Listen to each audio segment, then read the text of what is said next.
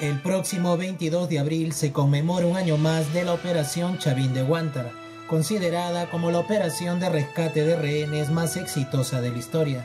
Esta intervención militar se realizó en 1997 y logró rescatar con vida a 71 de los 72 rehenes que permanecieron cautivos durante más de 4 meses por el grupo subversivo MRTA, durante la conocida crisis de la residencia del embajador de Japón en el Perú.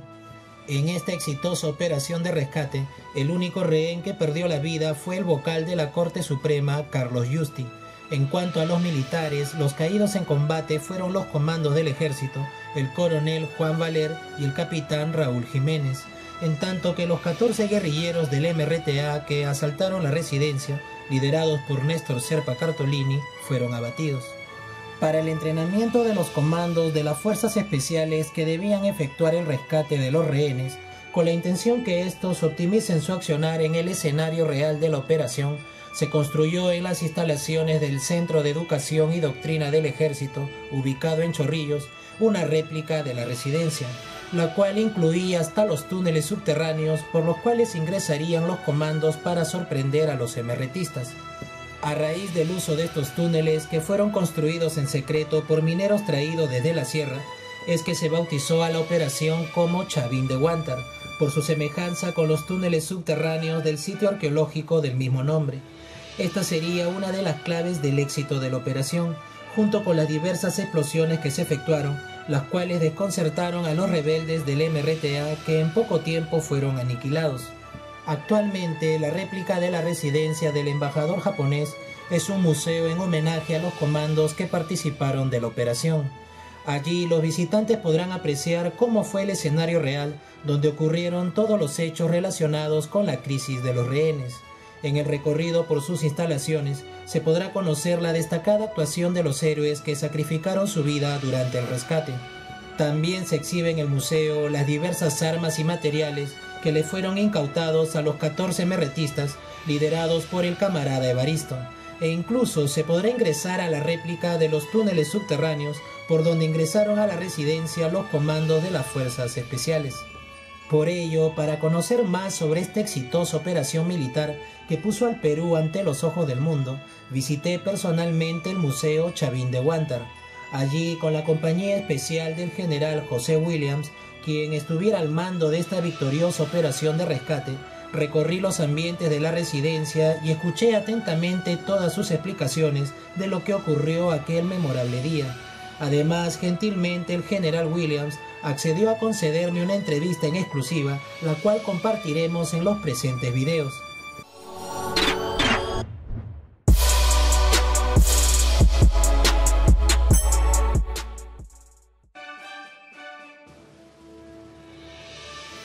En la noche del 17 de diciembre de 1996, el Perú se conmocionó con un hecho sin precedentes. Los noticieros reportaban que 14 miembros del movimiento revolucionario Tupac Amaru, también conocido como MRTA, encabezados por su líder Néstor Serpa Cartolini, habían tomado por asalto la residencia del embajador japonés Morihisa Aoki, ubicada en San Isidro.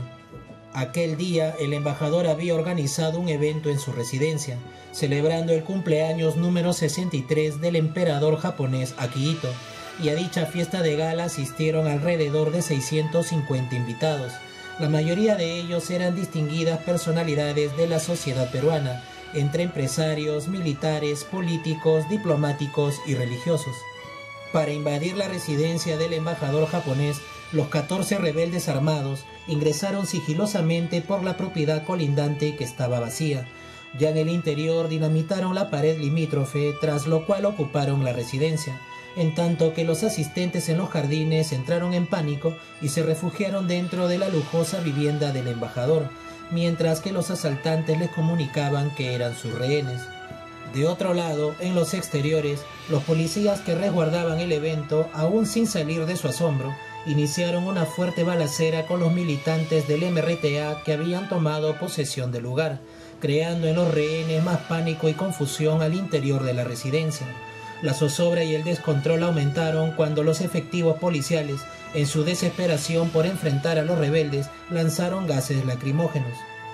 Poco a poco, los periodistas locales de distintos medios de prensa, enterados del dramático suceso, fueron llegando a la residencia del embajador japonés, buscando la mejor ubicación en sus alrededores para informar acerca de la crisis que se estaba produciendo con los rehenes del MRTA. Periodistas internacionales de diversos países comenzaron también a llegar a Perú y acamparon en las afueras del recinto secuestrado. Algunos corresponsales arrendaron incluso departamentos en los edificios aledaños para emitir sus despachos con la mejor visión de lo que ocurría al interior de la residencia. Desde ese momento el Perú se convirtió en el centro de atención del mundo entero y lo sería durante más de 4 meses. Debido a la gran cantidad de rehenes, lo cual les dificultaba el éxito de la operación, los MRTistas decidieron liberar prisioneros comunes. Fue así que, a petición de los representantes de la Cruz Roja Internacional, mujeres, ancianos y empleados del evento fueron saliendo poco a poco de la residencia. En la liberación de estos rehenes, los MRTistas suponían que se estaban deshaciendo de personas sin mayor relevancia o peso político. Sin embargo, liberaron sin saberlo a personajes como el político izquierdista Javier Díez-Canseco, a Alejandro Toledo, el futuro presidente del Perú en 2001, y en especial a la madre y la hermana del presidente Alberto Fujimori. Este hecho ha sido considerado por los especialistas como un grave error por parte de los secuestradores. Con el paso de los días, factores como el hacinamiento en las habitaciones, la falta de luz, agua y el calor propio del verano complicaban cada vez más el cautiverio del resto de personas. Por ello, 5 días después del asalto a la residencia, muy cerca de la Navidad, 225 rehenes más fueron liberados por los MRTistas, quedando solo 72 hombres seleccionados por su importancia para las negociaciones. En este reducido grupo había distintas personalidades, destacando entre ellos el ministro de Agricultura Rodolfo Muñante, diversos congresistas, jueces, oficiales de la policía y las Fuerzas Armadas, como el director de la DINCOTE Carlos Domínguez y el exdirector de este mismo organismo, el coronel Marco Miyashiro, y diplomáticos como el propio embajador japonés Morihisa Oki y el canciller peruano Francisco Tudela, el funcionario político de mayor jerarquía entre los prisioneros. A cambio de la liberación de los 72 rehenes, los guerrilleros pedían que se pusiera en libertad a más de 400 miembros de su movimiento, los cuales se encontraban encarcelados acusados por delitos de terrorismo. Entre los centenares de miembros a quienes pedían liberar se encontraban Nancy Gilbonio, la mujer de Serpa Cartolini, y la conocida terrorista norteamericana Lori Berenson. Además de ello, los subversivos exigían el cambio del modelo económico del gobierno peruano. Asimismo, pretendían que el Estado les pague $6 millones como impuesto de guerra y finalmente solicitaban ser liberados en algún lugar de la selva. Al enterarse que habían dejado ir a algunos rehenes importantes que les hubieran sido vitales para sus negociaciones, el ambiente al interior de la residencia se volvió cada vez más tenso entre los mismos secuestradores. La mayoría de estos guerrilleros poco instruidos habían sido reclutados en distintos pueblos de la selva central y las edades de varios de ellos fluctuaban entre los 15 y 20 años. Sin embargo, a pesar de lo difícil de la situación, la cuadrilla de asaltantes acataban las órdenes de su líder, Serpa Cartolini. Durante la crisis, que se prolongó 126 días hasta abril de 1997, el gobierno de Fujimori intentó negociar con los MRTistas, evitando en lo posible una arriesgada intervención militar que ponga en peligro la vida de los secuestrados. Para ello delegó como negociador al ministro de Educación, Domingo Palermo, quien tuvo la misión de buscar una salida pacífica, visitando a los rehenes y dialogando con los militantes del MRTA. Adicionalmente, también intervino como mediador el entonces arzobispo de Ayacucho, Juan Luis Cipriani. A pesar que Fujimori ofreció dar asilo político en el extranjero a los 14 subversivos, las negociaciones no tuvieron éxito alguno. Ante el no cumplimiento de sus demandas, el camarada Evaristo buscó otra forma de presionar al gobierno. Con la intención que la opinión pública respalde una salida pacífica, se contactó con la prensa internacional para que su mensaje sea difundido en todo el mundo. Pues no, o sea, no están jugando, o mejor dicho, no se están portando, ¿no?, como debería ser, con la seriedad que la situación se plantea, ¿no?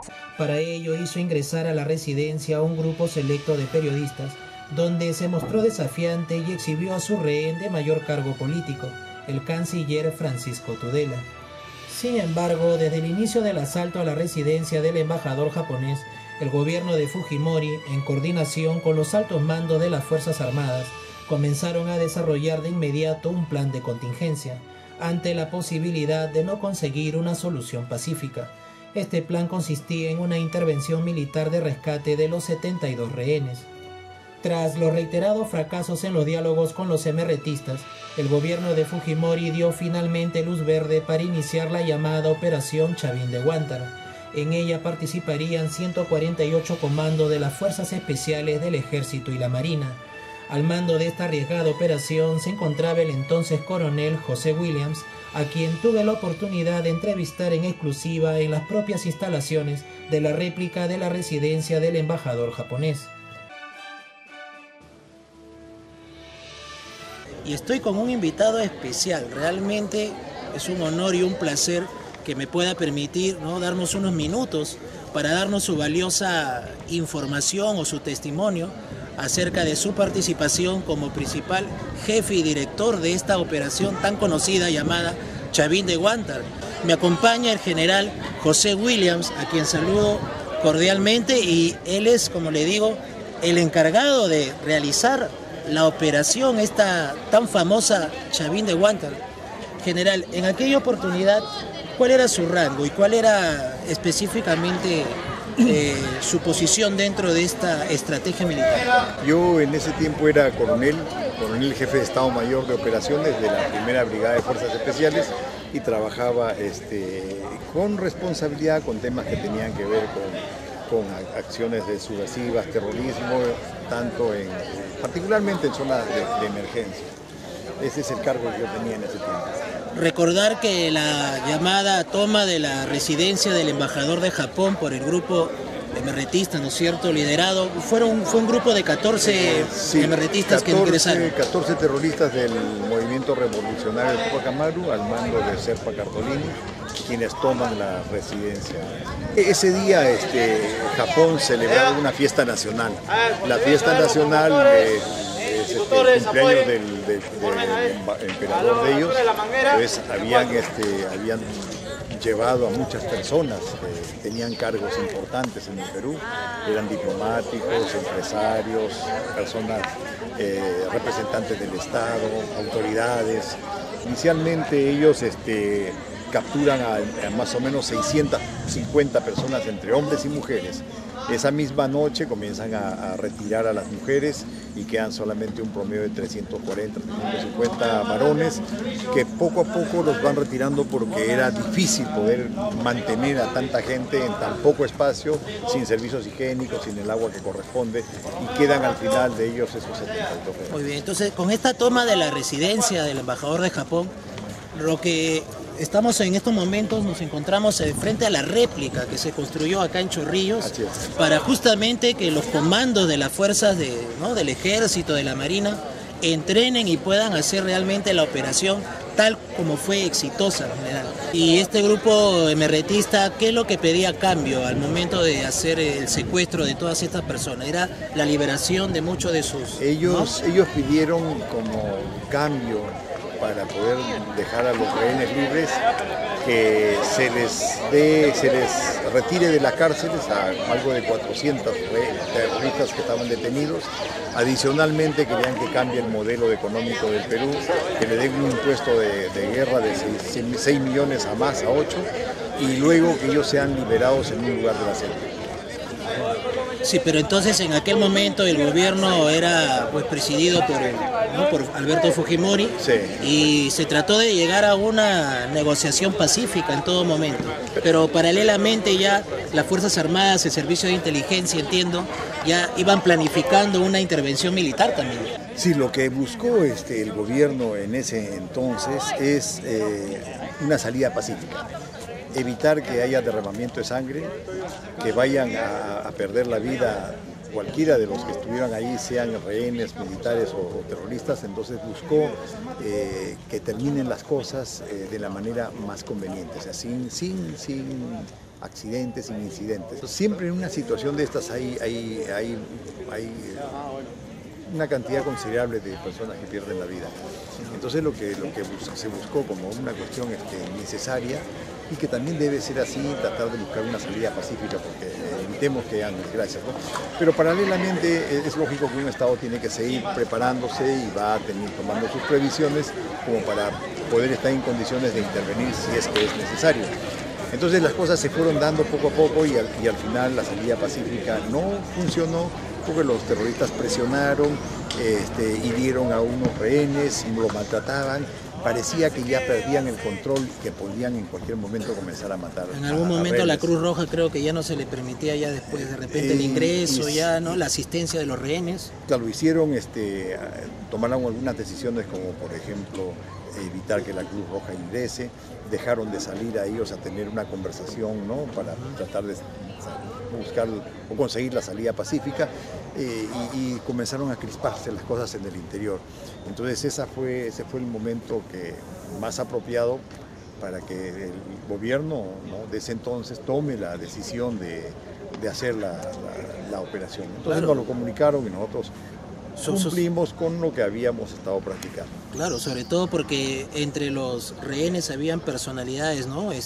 Habían pues ministros, embajadores, diversos políticos, estaba ahí Alejandro Toledo, estaba Tudela, ¿no?, que era el canciller de esa época, en fin.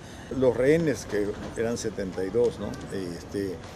Claro, es cierto que dentro de ellos hay personas que tienen tienen cargos más importantes que los otros, claro, ¿no? Pero en el caso nuestro, nosotros lo que teníamos que hacer lo importante eran las vidas de todos, en realidad. Todos por igual, sabíamos dónde estaban unos, pero el punto es tratar de sacar a todos con vida. Así que estén atentos a la segunda parte de este reportaje especial, donde el ahora general retirado José Williams nos contará todos los detalles de cómo se gestó la operación Chavín de Huántar, la operación de rescate de rehenes más exitosa de la historia. No se lo pierdan.